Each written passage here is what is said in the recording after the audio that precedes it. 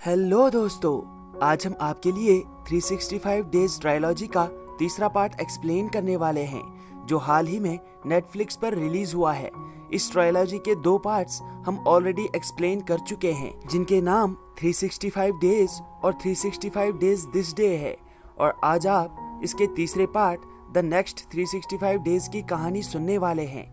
अगर आपने अभी तक इसके पिछले पार्ट्स नहीं देखे हैं तो प्लीज पहले आप वो पार्ट्स देख लीजिए, वरना आपको इस पार्ट की स्टोरी समझ नहीं आएगी।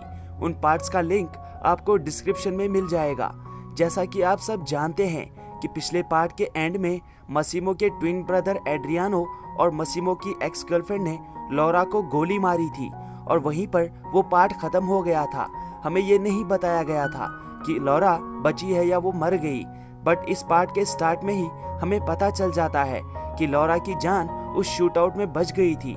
लेकिन उस शूटआउट में मसीमो का ट्विन ब्रदर एड्रियानो मारा गया था। लेकिन उस शूटआउट में मसीमो की जान नाचो ने बचाई थी, जो कि उसके राइवल गैंग का मेंबर है। लेकिन मसीमो की जान बचाने के बाद भी मसीमो और नाचो के बीच दुश्मनी खत्म नहीं हुई। मसीमो अभी भी नाचो और उसकी गैंग से नफरत करता है और इन दोनों की गैंग्स के बीच गैंग वॉर अभी भी चल रहा है। मसीमो और लौरा अभी भी एक दूसरे के साथ रहते हैं।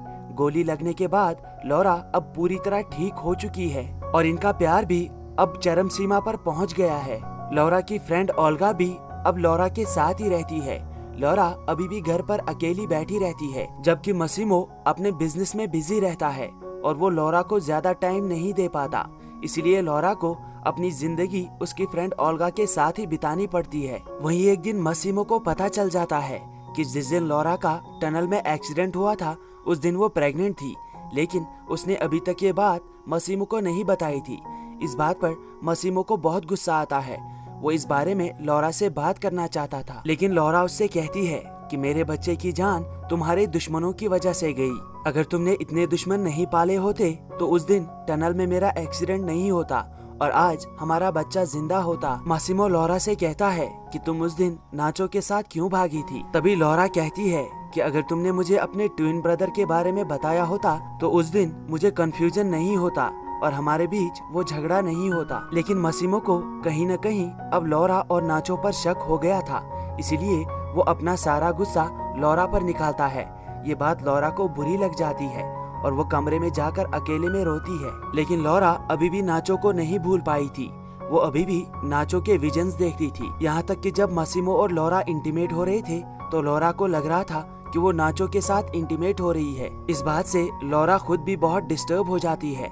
वो अपना कंसंट्रेशन मसीमो को नहीं दे पाती और अब झगड़ा करने के बाद लौरा और मसीमो एक दूसरे से बात नहीं करते। मसीमो भी लौरा को छोड़कर अपने बिजनेस में बिजी हो जाता है और लौरा भी अपनी फैशन डिजाइनिंग में बिजी हो जाती है। इसी बीच एक दिन लौरा को पता चल जाता है कि पोर्चुगल में उन्हें एक फैशन फेयर के लिए इन्वाइट किया गया है। ये सुनकर लौरा बहुत खुश हो जाती है और अगले ही दिन वो उस फैशन फेयर के लिए पोर्चुगल निकल जाती है, जबकि ये बात वो मसीमो को नहीं बताती। वहाँ पहुंचकर जब लौरा एक बीच पर जाती है तो उसके साथ उसकी फ्रेंड ओल्गा होती है। वहाँ पर लौरा नाचो और उसकी सिस्टर को देखती है। उन्हें देखकर लौरा जल्दी से वहाँ से दूर भाग जाती है, लेकिन रात में वो फिर से नाचो को सपने में देखती है।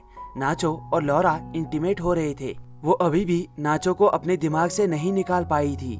अगले दिन वो एक क्लब में जाती है जहाँ पर उसकी मुलाकात नाचो की सिस्टर से होती है। नाचो की सिस्टर लौरा को बताती है कि जब से नाचो तुमसे मिला है तब से वो पूरी तरह चेंज हो गया है। नाचो तुमसे बहुत प्यार करता है।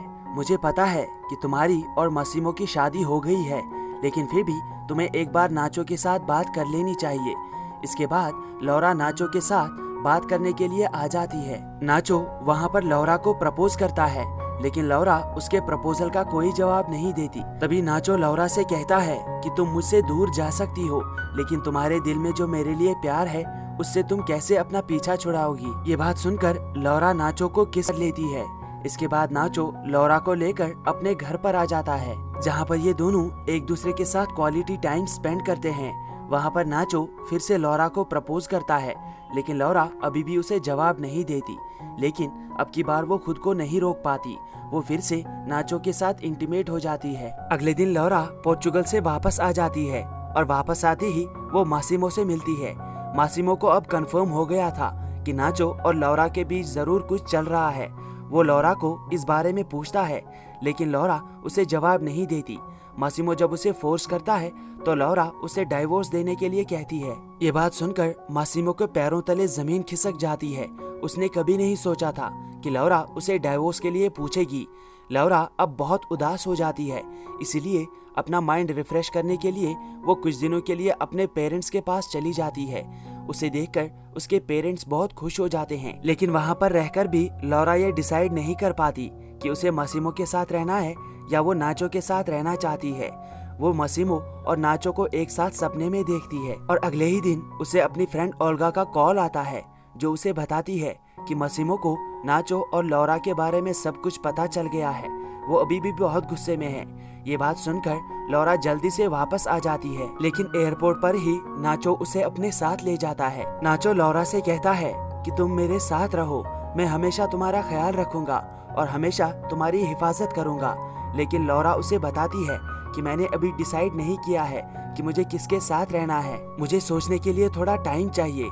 इसके बाद नाचो लौरा को मासिमो के घर पे ड्रॉप कर देता है। वहाँ पहुंचकर लौरा मासिमो के पास जाती है। मासिमो को अब अपनी गलतियों का एहसास हो गया था। वो लौरा से माफी मांगता है। उसे समझ आ गया था कि वो लौरा से दूर नहीं रह सकता, इसलिए वो लौरा से कहता है कि मैं तुमसे बहुत प्यार करता हूँ और अब मैं हमेशा तुम्हारा ख्याल रखूंगा। तुम जैसे चाहोगी मैं वैसे ही रहूंगा। प्लीज मुझे छोड़कर मत जाओ।